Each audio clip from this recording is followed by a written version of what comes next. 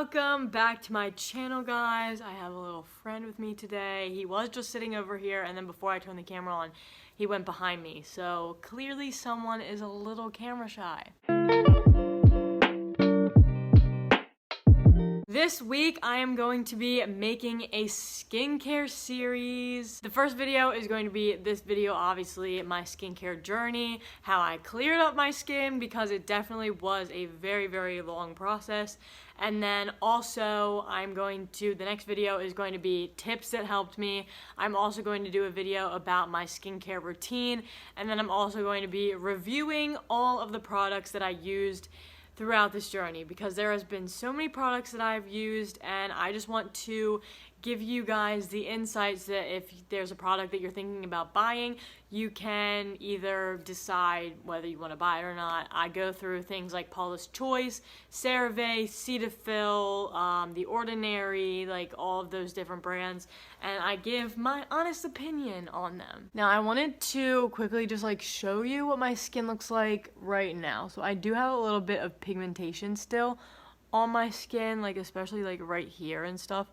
But for the most part, my skin is pretty clear. I'm not wearing any makeup right now. I started getting acne in May of 2020, and it is now June of 2021. So it has been a while for me to get to this point. It's been over a year. So that's really the main thing about your skincare journey, is all of those videos that are like, clear your skin in 2 weeks, clear your skin in a week. Like, that's just not the reality if you want to keep a healthy skin. And throughout this video, I will also be popping up just random pictures of my skin at that time so that you can actually see what it looked like. Oh, yeah.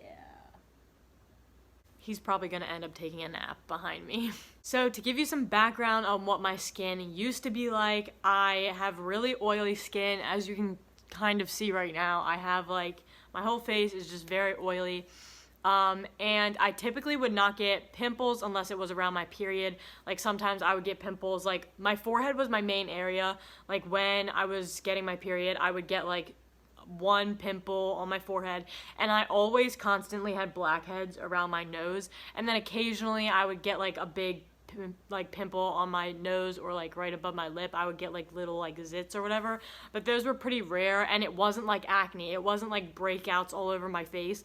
It was just like occasional hormonal pimples that is normal for a teenager to get. But what I will be talking about in this video is actual acne, like big breakouts all over my face. On May 16th, I took some pictures, and this was the first day that I actually had acne. It was only 4 pimples. I had 2 pimples on each cheek, but I had never ever had a pimple on my cheek before, so it was very rare, very strange, and they were like big pimples. Like it wasn't just like small little itty bitty things. Not to mention, we had been wearing masks at this point for about like a month and a half.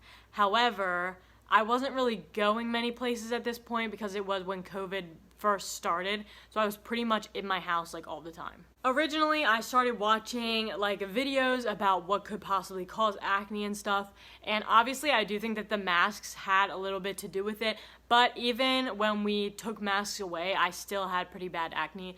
So I originally thought it was like the foods that I was eating, and maybe that was starting to affect me. So I started journaling all of the foods that I was eating, and I narrowed it down to being most likely dairy or sugar. And this was probably the most difficult thing that I had to do in this whole process, was I completely cut out dairy. And it took me like a whole month to completely cut out dairy, because it was so hard for me to do that, because literally every food has dairy, and it was just so difficult for me because I love sweet things and like dairy and like literally everything with dairy in it, and which is ironic because like I'm a little bit lactose intolerant, so sometimes it really messes me up.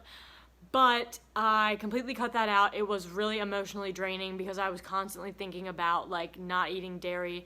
And I tried cutting out sugar as best as I could, but it was very, very difficult to cut out sugar completely and then also dairy at the same time, because they're literally in like most of foods. So at this point I was barely eating like anything. I wasn't eating any dairy. I was trying my best to not eat super sugary foods like soda and things like that. So cutting out dairy definitely did help a lot, and my breakouts did start to go down a little bit, but at the same time, like, I was still getting like pimples and stuff. So I started taking these like collagen, like beef vitamins and stuff, and they were from, I don't even remember the company that they were from, but I will definitely link them down below. They are pretty expensive, but when I first started taking them, I actually thought I bought the beef vitamins, but then I ended up buying like I ended up getting like a collagen one in the mail, so I just finished that out. And then when I went to like buy it again, I was like, oh shoot, like those were not the right vitamins that they gave me. But I ended up working out because the ones that they gave me actually helped more than the beef vitamins. But so I started taking those vitamins, and my skin, like within 2 days, you could definitely tell that there was a significant difference in my skin. And my skin definitely started clearing up, and with the dairy that did help a lot. And by this point I only had like a few pimples on my skin, but I did have a lot of hyperpigmentation. So also something that I learned during this process is the difference between hyperpigmentation and scarring. So scarring is physical like indents in your skin, and then hyperpigmentation is what people typically think of when they think of like acne scars. It's just like dark spots all over your face, and that's what I had, so it wasn't actually like scarring. But eventually I kind of got sick of taking B vitamins every day because I was like, I'm paying all of this money to take these pills, and eventually I like started noticing that it like wasn't helping as much as it used to. So it kind of got to a point and my skin was clear, and then I kind of just like flatlined. And during this time period, I was also watching a ton of Hiram's skincare videos and also Abby Young's skincare videos. They both have very great channels for like skincare and stuff. But I was like following all of Hiram's stuff, and originally I thought that like natural products were the best thing for my skin, because I was like, oh, they're natural, like they'll heal my skin super well. And then I watched Hiram's video and he was like, natural products are not the best. So I was using those. I ended up completely like looking at the ingredients and I was like, I am literally damaging my skin right now. But at the same time, I was watching Hiram's videos and just going off of what he said instead of actually knowing my own skin type and going off of that. So one of the things that he mentioned in his videos was that you should always be moisturizing your skin. And because my skin is so oily, it does not need the extra moisture. And I'll talk about that later because I did end up going to a dermatologist. But there are steps that I did beforehand that can definitely help you. So after I was on the pills for a while, a lot of my like big, like juicy pimples, oh, I hate that, why did I say that? All of those pimples kind of went away, but then I started getting these like little dots literally all over my face, and they were like, hi Walter. His name's Walter, by the way. I think that's very fitting. I started getting these little dots that were almost like blackheads, but they were like little like zits, and I could not for the life of me figure out how to get rid of them because the pills weren't getting rid of them. And I almost kind of like think that maybe my body was like reacting to the no dairy and then the pills and like a bunch of changes, and that's kind of how it was like reacting. I don't really know though. So the next step for me, I went on Differin, and when I watched a bunch of videos on Differin, it said that your skin is going to get 10 times worse for the first month that you're on Differin, and then it will significantly clear up. And that is definitely what happened. I went on Differin for a couple months, and after like a month, my skin started clearing up, but it originally started with these big whiteheads, like all over my face, and they were so painful, and I literally had to pop them. Like, but I did it like in a safe way. I wasn't like popping them like with my fingers. I actually like watched a video on how to like safely pop your pimples, which I will leave that down below also. But they were like the types of pimples that were like so big that if you went out in public with them still on your face, like it would be genuinely like embarrassing to have them on your face. Not to mention I was getting breakouts all the time. This was probably like the worst that my skin has ever been, and I was kind of just like done at this point. I was like, I just need this like to be gone. This is also the time when I got really self-conscious about my acne because it was the worst that it had ever been, and I just thought that it was like never going to go away. And this was at the point where I was like always consciously like thinking about it. I was like, what do people think about my acne? Like, what if people say something about my acne? And not to mention, my family also wasn't being the most supportive during this time. Like, literally every time I would like see certain family members, they would just be like, oh, like, you need to clear that up. And I'm like, what do you think I'm doing? Like, I'm trying my best. And they did provide me with advice that did end up working down the road, but in the long run, it wasn't the ultimate solution to my acne. And it's kind of hard being like a younger member of the family and being like, okay, like this is a process that I have to work through myself.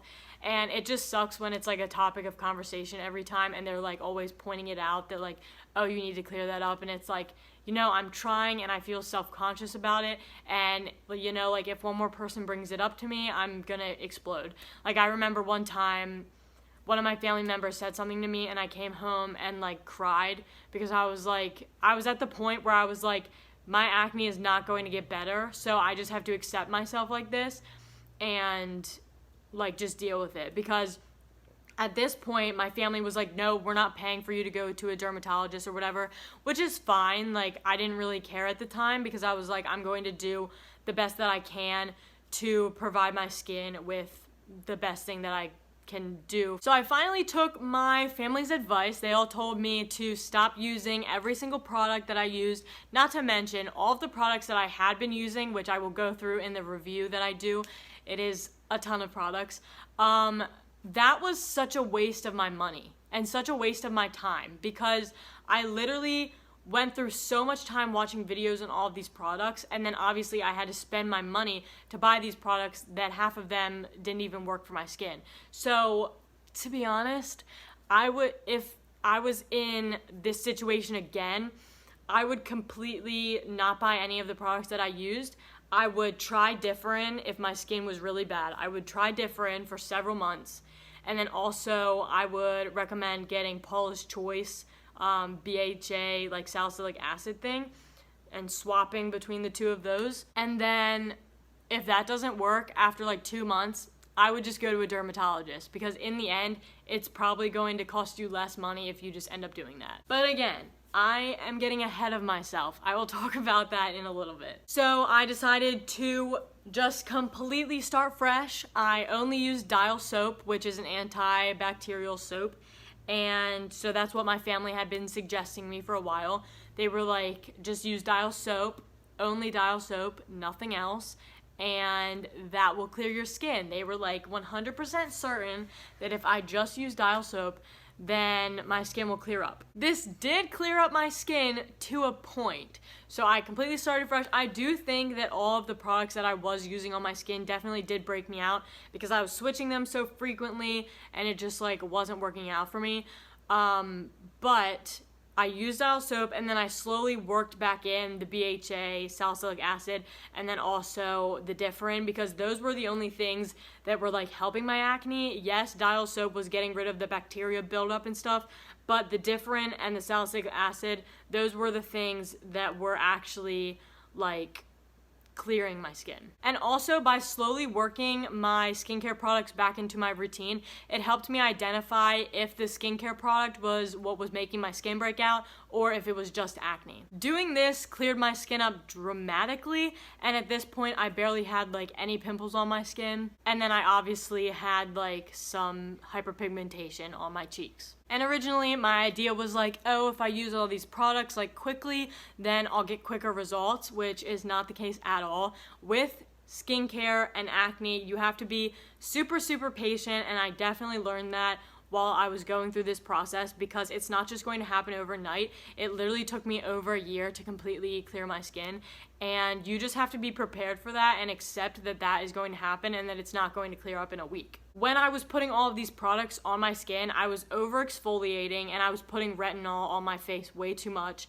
And that was breaking my skin barrier so that my skin was more sensitive and more prone to break out. And I do think that dairy did have a big part in it, but dairy wasn't the only thing that was breaking my face out, because when I did eat dairy, my face would get a couple pimples, but from my breakouts previously, I knew that dairy was not the only thing that was breaking me out. There was also a lot of smaller tips and tricks that I did to prevent acne that I talk about in my tips video for preventing acne, that I did throughout this process that helped a significant amount. For example, one of them was changing my pillowcase frequently. I would change my pillowcase every other night, or if I was having severe breakouts, then I would change it every night, because that buildup of bacteria and oil that is on your pillowcase is then going back on your face, and if you're trying to heal your acne, then that is just not going to work. So around this time, now that I'm talking, this is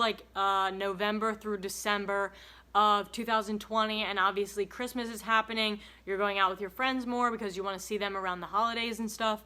And there were frequent parties that I was going to, and there was pretty much a lot of dairy that was just there, and not a lot of foods that did not have dairy. So I was eating dairy, and I did break out a little bit, but then I again stopped eating dairy, and then my skin was still breaking out. So I was like, okay, so it's not dairy that's breaking my skin out. There has to be another cause for why this is happening. So then in January, my mom made an appointment for me to go to a dermatologist, and this was 8 months after I had gotten acne. So May to January, it was 8 months, and I honestly thought that my skin was clearing up, using the Differin and the BHA and stuff.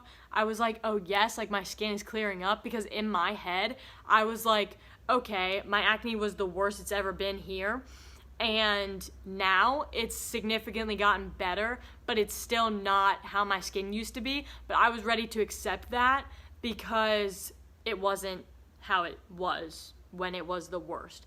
So I was like, okay, it's gotten a little bit better, I'm good now. My skin is clearing up. But when my mom looked at me, she was like, Jessica, I'm sorry to tell you that, but it's not how your skin used to be. So I feel like I was kind of in this mental thing, this mental battle with myself that was okay, I'm starting to accept myself the way I am. But then consciously I was thinking that's not the same as I used to be. And I actually talked to my mom about it later on, a couple months ago, now that my skin is clear, and she actually opened up to me and told me that she thought that I was doing it on purpose. She thought that I was putting all of these skincare products on my face so that I would get acne, so that I would be ugly. I don't know why, which acne does not make anyone ugly, that is not what I'm saying.